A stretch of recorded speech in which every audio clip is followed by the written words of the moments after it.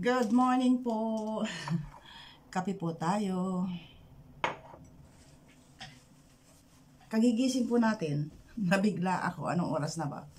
Sabi ko yung mag-upload ako. Meron nang ready na i-upload ako. Kaya lang nagbabasa-basa ako dun sa previous vlog natin tungkol sa pagpunta natin sa Canada. Maraming nag-comment doon tungkol doon sa sa natagpo ang, kung napanood nyo yun guys, previous vlog natin, yung natagpo ang ganoon. At gusto ko lang i-share sa inyo yung nagbalik tanaw ako. Parang ang feeling ko noon, nabigla lang ako. Hindi ko naisip na tama nga kayo guys. Kung sa iba, yung pang siseryosohin yung bagay na yun. Dahil siguro dito sa Lebanon, mga sanay na sila or wala lang yun. Dahil ang bansang ito ay may gera, yun na yun. May mga tangke na malalaki sa daan, may mga taong may kanya-kanyang baril sa bawat bahay dito. Yun na nga, hindi ko inisip na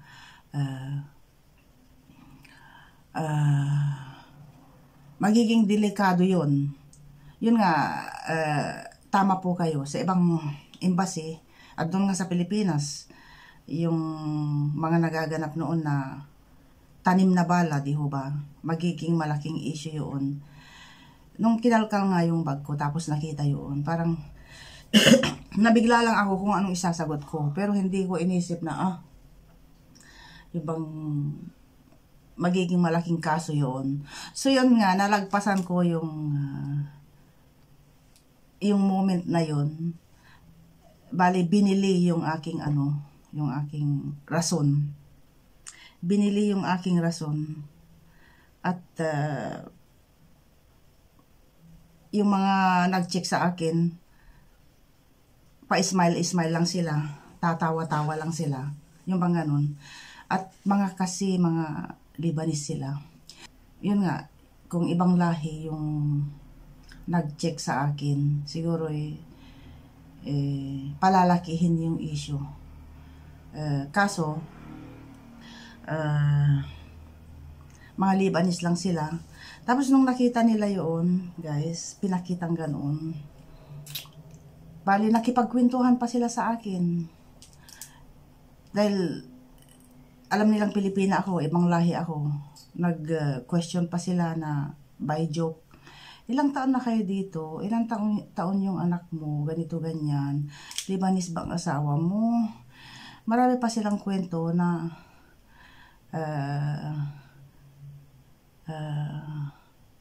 kumalmado ako pagkatapos nilang tingnan yun.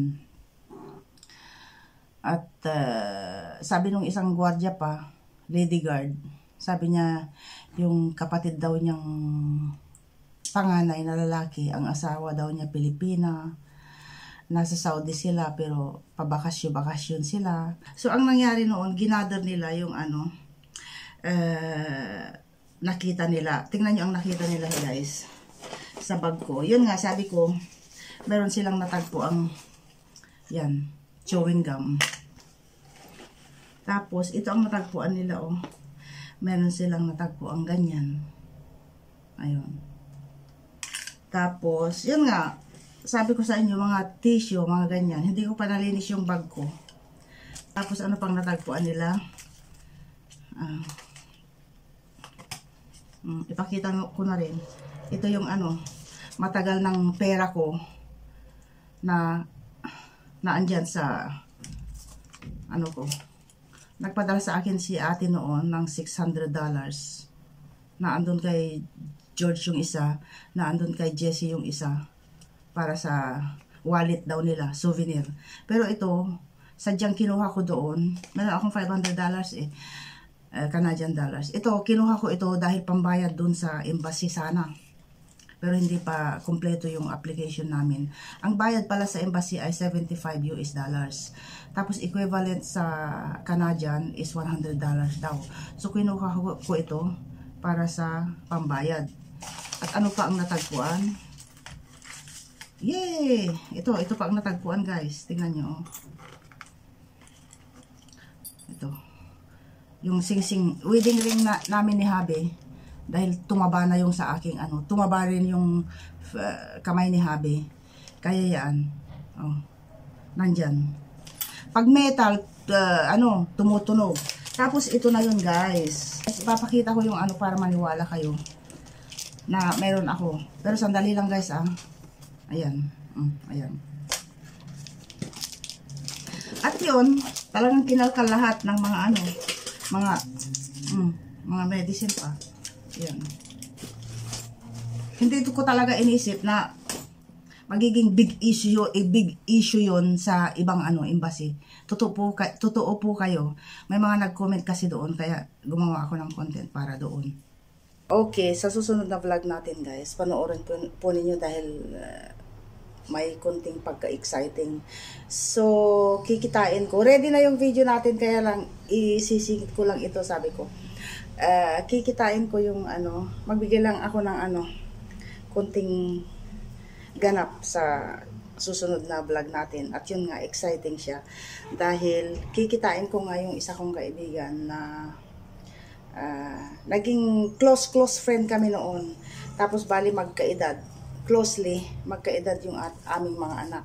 Tapos kung minsan na pag-uusapan ba, malalaki na yung ating mga anak, ganito, ganyan. Mga ganun ba. Tapos para kaming malanding magkaibigan. Ang landi namin dahil ang nangyari is, okay, magkikita kami. Tapos sabi niya ganun, yung anak daw niya, binata na, bali 27 years old na yung bunso niya. Tapos, yung bang napunta yung usapan, nasabi kong ganun, dalawa yung anak niyang lalaki. Yung isa, kinasal na, umatin pa kami ng wedding ng anak niya noon. Yan yan kami. Yan ang grupo namin. Tapos, meron pa siyang isang anak na lalaki. Tapos, palagi naman kami nag-uusap, pero napunta yung usapan namin sa topic na, kailan mag-aasawa yung anak niya, tapos yung mga anak ko, ano na ang kwento. Tapos yung sabi niya, na pag-asawahin, i-pair namin yung aming mga anak. Tapos tawanan kami. Imagine kung mangyayari yun. Sabing ganun sa akin. Mag-best friend tayo, tapos yung mga anak natin, magkakatuluyan, sabing ganun. So, yun na ang balak namin. Kami lang magkikita, dalawa. Tapos, naisip namin dalhin yung aming mga anak. Anyway, nag-meet naman sila face-to-face na. Ganoon, mag-friend sila sa Facebook, mga ganun. Pero, yung ganap nga, kami ang natatawang dalawa dahil parang kami ang naglalandi para i-pair yung aming mga anak daw. So ayun, sana'y magkagustuhan sila. Yung anak niya ay 27, tapos yung dalaga ko naman ay 21 pa lang. Pero yung ating dalaga ay wala pa sa isip yung mga ganun. Batang-bata pa. Yung bang gano'n. Kung magkagustuhan sila, di magkagustuhan sila. Di ho ba? Oo, nasa sa kanila yun. Pero, I mean, wala pa sa isip ng ating dalaga yung mga bagay na yun. Anyways,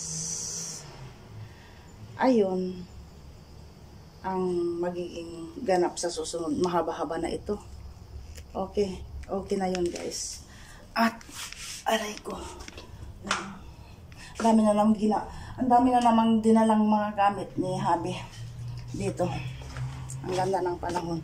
At doon tayo pala, bababa tayo dahil natingga yung ating trabaho. Wala pa tayong nagagawa. 1 o'clock na. In 2 hours, parating na yung ating tatay. Dapat makapagluto na. Ay, patay kang bata. Nang dahil sa... Come. Yato, come. Come. Yan, magulo pa yung Diyan nahiga si bunso.